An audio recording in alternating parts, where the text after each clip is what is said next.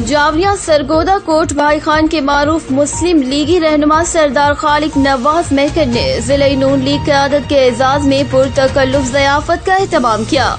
जिसमें नून लीग जिला सरगोदा के सदर Abdul Razzaq Dhallu MPA, general secretary Rana Munawwar Ghaus MPA, नायब सदर Syed Javed Hasnain Shah MPA, Suhaib Ahmed Bhatt MPA, Yasir Zafar Sandhu MPA, doctor Zulfiqar Bhatti साबिक MLA, मियां सैफुर रहमान साबिक उम्मीदवार सूबा असेंबली, रिजवान गुल साबिक MPA, सैयद गुल मोहम्मद शाह, सैयद इमरान शाह, सरदार हसन महमूद मैकन साबिक नाजिम, सरदार साकिब महमूद मैकन, बाबर हमीदा नुमाइंदा, हामिद हमीद MNA समेत नून लीगी शख्सियात ने कसीर तादाद में शिरकत की। ज़ियाफत से कबल सरदार अख्तर हयात मैकन, सरदार जुल्फिकार हुसैन मैकन, सरदार वकार हुसैन मैकन और सरदार खालिक नवाज मैकन ने मेहमानों का पुरतपाक इस्तकबाल किया। रिपोर्ट हाजी जफर अब्बास, नुमाइंदा जावरिया सरगोदा।